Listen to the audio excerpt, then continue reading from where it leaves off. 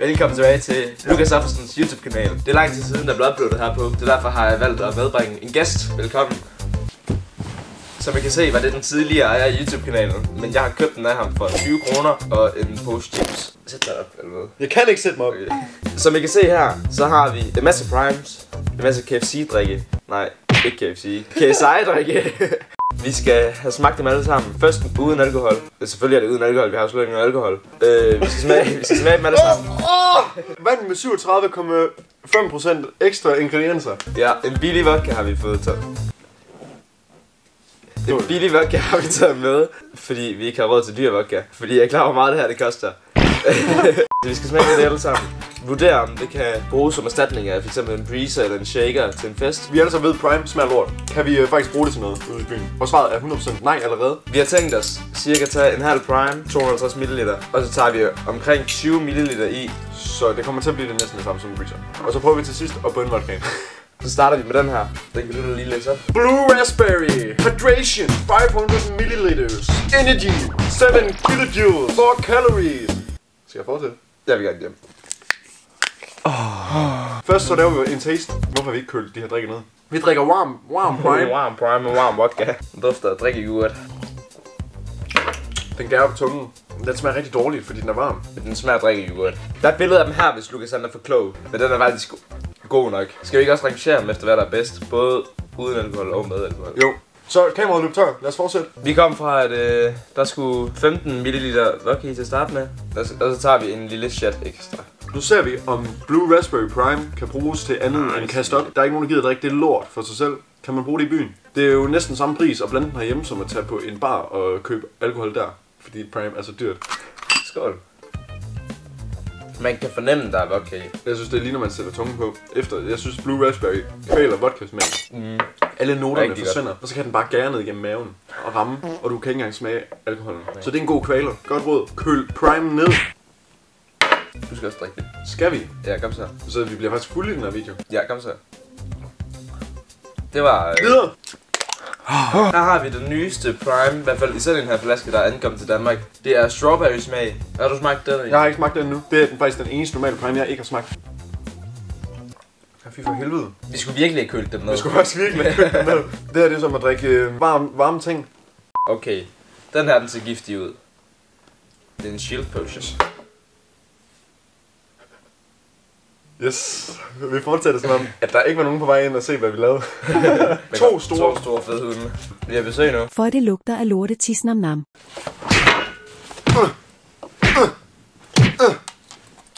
Altså, hvis du kan gøre dig selv en tjeneste, så skal du lade være med at drikke noget Prime. Lad være med at drikke det her. Det er giftigt, og til gengæld tømmer det kun jeres bankkonto. Skål. Han er allerede fuld efter en genstand. Jamen, det er ligesom om det fik det til at smage dårligere. Men man kan ikke smage alkoholen. Det skulle virkelig have været kølt ned. Det har faktisk været den største fejltagelse, jeg har lavet i mit liv. Ja, vi gør næsten et halvt år til at tænke på det. Nej, hvordan har vi ikke tænkt på det? Der er sne overalt udenfor. Der er ikke andet end sne. Altså, man kan ikke rigtig smage alkoholen. Så derfor er den egentlig god til at blande op med. Hvis vi drikker det med vodka, billig vodka endda, det kan man sagtens. Det er en god en. Så mangler vi det her. Ej, jeg kan ikke engang drikke mere. Kom nu. Du har resten? Nej. Så hvis du sten, saks, papir, men du skal have resten. Nej, drik det nu bare. Sten, saks, papir nu. Sten, saks, papir. Vi kan stadig stille de andre ud i mellemtiden. Nu forsvinder alle primesene på nær den, vi skal bruge nu. Grøn Prime. Der har vi simpelthen Lemon Lime. Det er personligt en af mine yndlings. Flot farve. En af de mindst dårlige. Ej, okay, du ikke. Nu er det bare lige en standard taste test. Det er en taste. Altså, den dufter godt. Det er faktisk, man kan købe noget alkohol, sådan nogle ligesom breezers og sådan noget. Jeg tror, det er en shaker, og den dufter af den der. Jeg synes, det er vigtigt nu, hvor man drikker Prime, at vi husker at tænke på, at der er folk, der bliver Det skal du i hvert fald ikke have med sig for, så kommer du aldrig nogensinde til at kunne uploade en video igen. Jeg håber, man bliver klogere af at drikke Prime. Det tvivler jeg på. Det tvivler jeg virkelig også på. Tid til at oplande den. Og Rikke, hvis du ser med, det er hans mor. Han gør det her frivilligt. Han er faktisk tung. Jeg er blevet tvunget. Hvad har du lavet? Hvorfor skal jeg have så meget? Jeg drak resten af din før. Der kunne man i starten smage vodka rigtig meget. Den er ikke særlig god til at opblande. Altså det er ikke fordi det smager dårligt, men man kan smage vodkaen meget mere. Hvis du ikke kan lide at smage en vodka, så skal du lade være med at blande den. Hvis du ikke kan lide smagen af noget af det her, ligesom os, så lad være med at lave 10 videoer. Okay, vi lader se en slags papir, men der skal drikke resten af de her kopper igennem. Det er en slags papir.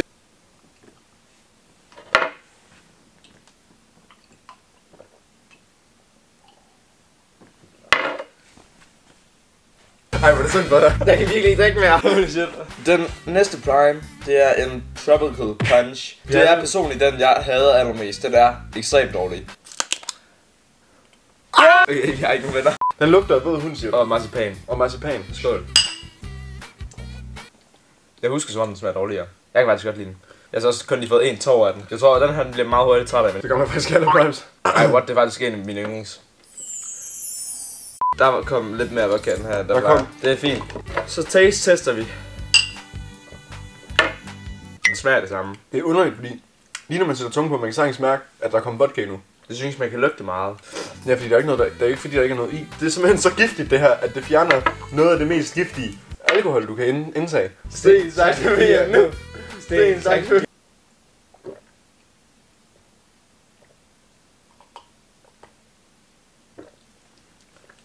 Smagte det godt. We will hint another prime. Okay, det her det er den sidste prime. Og så har vi til sidst de 3 dåser der. Det her det er nok en af de mest kontroversielle primes. Enten elsker folk den, eller så hader folk den. Smagstest. Yes. Okay. Altså den har stadig lidt af den der over sig. Den smager rigtig dårlig. Det er min had prime. Nej, jeg synes egentlig, den er ok. Det kan godt være, det ændrer sig meget snart. Så kan jeg fortælle imens, at Frederik han støtter. Okay, du skal virkelig bippe det hele ud. Så kommer der vodka i. Okay, nu drikker jeg det hele. Ej, vodkaen er tydelig. Den er ikke særlig god til at gemme. Vodka i hvert fald. Der er en eller anden note, eller en eller anden ting, begivenhed i drikken, der går forbi vodka-noterne. Og det gærer ikke på den samme måde, som vi andre de gør. Så det her, det er klart nej. Men man kan i hvert fald godt smage vodkaen op i ganen. Så lad være med at blande den. Så er vi tilbage med de 3 sidste. Dem har jeg ikke smagt. Havde du det, Frederik? Ja. Det er jo lidt oplagt at starte med den, vi lige har taget. For at se, om den er bedre. Nu er der brus og koffein i dem. Den smager helt anderledes. Men det er jo meget bedre med brus. Så den er faktisk den er meget bedre end den her. Men selvfølgelig vil vi prøve at være sådan professionel til det her. Det er vi. Det skal man bare ikke gøre, når man sidder og drikker prime. Du er virkelig dårlig til at hælde op. Det skal du nogenlunde ikke overhovedet lide. Der er jo ikke noget alkohol i. Den smager overhovedet ikke alkohol. Den er faktisk god, den her. Det her det er faktisk den bedste at blande op med indtil videre. Ja. Du kan ikke smage noget. Den er så til gengæld også kold, som en Den er så også kold, ja. Jeg hader den her så meget, gør Lukas. Det smagte finurligt. Det er faktisk lige at være den 1. januar, så new year, new us. Så synes jeg, vi skal tage videre. Den blå prime. Faktisk har jeg hørt den hvide den bedste. Den er mega god. Skål, vi skal smage den. Vil vi smage den blå uden at blande det sammen? Det her det er uden blandt sammen. Altså den her, den dufter ligesom den der. Lidt mildere, men den dufter af den. Men den smager slet ikke af det samme. Ja, men der er selvfølgelig det samme gift i. Ja, det er selvfølgelig det er rigtig nyreskadende og sådan noget. Nej, vi har drukket meget prime. Ej. Og vi er færdige, så Jeg kommer til så meget vodka den her. Ej, det kommer til at smage dårligt. Jeg tror på, den her den bliver interessant. Man kan fornemme der er vodka, men man kan ikke smage der er vodka.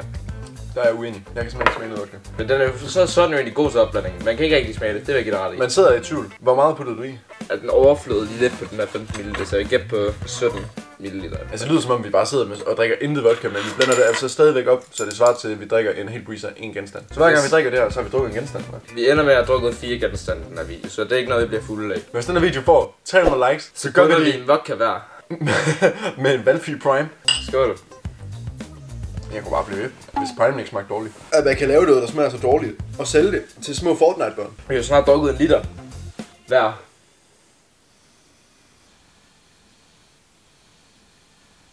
Men den er faktisk god til at blande. Det er jo også lidt unfair de her lige til sidst, fordi at nu gider de bare ikke at drikke mere af det her. Den er bare kold.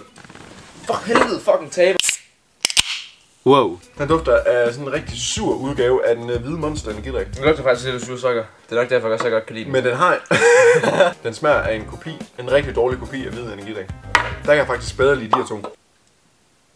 Fordi det er den sidste der her, så har jeg en lille overraskelse. Så nu smager vi lige på det her først. Og så med resterne der er tilbage her i, der har jeg en lille overraskelse. Nej. Og du ved ikke engang, hvad det er. Nej. Skål. Man kan fornemme vodka. Jeg tror min smagsløg er blevet ødelagt, for jeg kan ikke smage noget mere. Jeg kan heller ikke smage vodka, men jeg føler, jeg kan fornemme den. Så ved jeg ikke, om det er fordi primen har i den. Nej.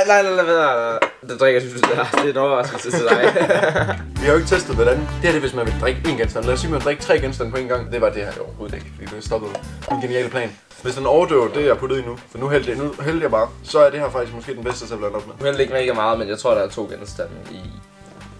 Jeg sådan tænker over det. Det smager det samme. Den her, den overdøver det faktisk fuldstændig. Jeg tror også, man kunne hælde resten af den her vodka, men man ikke kunne smage det. Hvad er det for nogle giftstoffer, de har taget i den? Indeholder ting, vi ikke kan fortælle. Det lyder sådan. Nu skal vi rank, hvad for nogen vi synes, der er bedst med vodka. Så har vi stillet op efter, hvad vi synes, der gemt alkoholen bedst. Det er ikke smagsmæssigt, fordi ja, de alle sammen smager jo af røv. Vi har den bedste herovre, og den værste herovre. Vi går overhovedet ikke smage vodka i sådan de første par stykker her. Og her der begynder man lige så stille at kunne smage vodka lidt. Og helt hernede, der gemte den er altså ikke særlig godt. Så hvis I skal ud og handle ind, så I kan spilde en masse penge på Prime og lave nogle rigtig dyre drinks, der smager dårligt, så er det heroppe, I skal begynde. Okay, nu er det efter, hvad der smager bedst. Men det her, det er den, der smager mindst dårlig, og det her det er den, der smager mest dårlig. Der er ikke nogen af dem, der er gode. Altså det her, det er helvedes til dårlig. Ikke køb noget af det. Hvis den her video den får 280 likes, laver vi 48 timer challenge i træningscenter. Hvis den får 400 likes, så gør vi det her inde i træningscenter. Og den skal få så mange likes inden for et måned efter den bliver uploadet. Ja, det klarer vi. Du ringer bare til mig, når jeg er 80, så siger vi, Frederik, skal i træningscenter. Vi ses, hej hej. Man skal kunne se alle bibelsene. Hold den over eller sådan noget. Jamen, vi tager bare lige en masse forskellige frames, så kan jeg klipper noget om i baggrunden. Nej, ellers så lad være med at holde en vodka, så Photoshop en dyr vodka ind. Jamen, det gør jeg også. Men jeg skal have noget at holde fast i for at gøre det. Det kan vi mega. Kan du kan holde en prime baggrunden, så kan jeg bare Photoshop den, men... Okay. Kan du ikke gøre sådan noget? Og så sådan skriv med stor skrift, er det godt?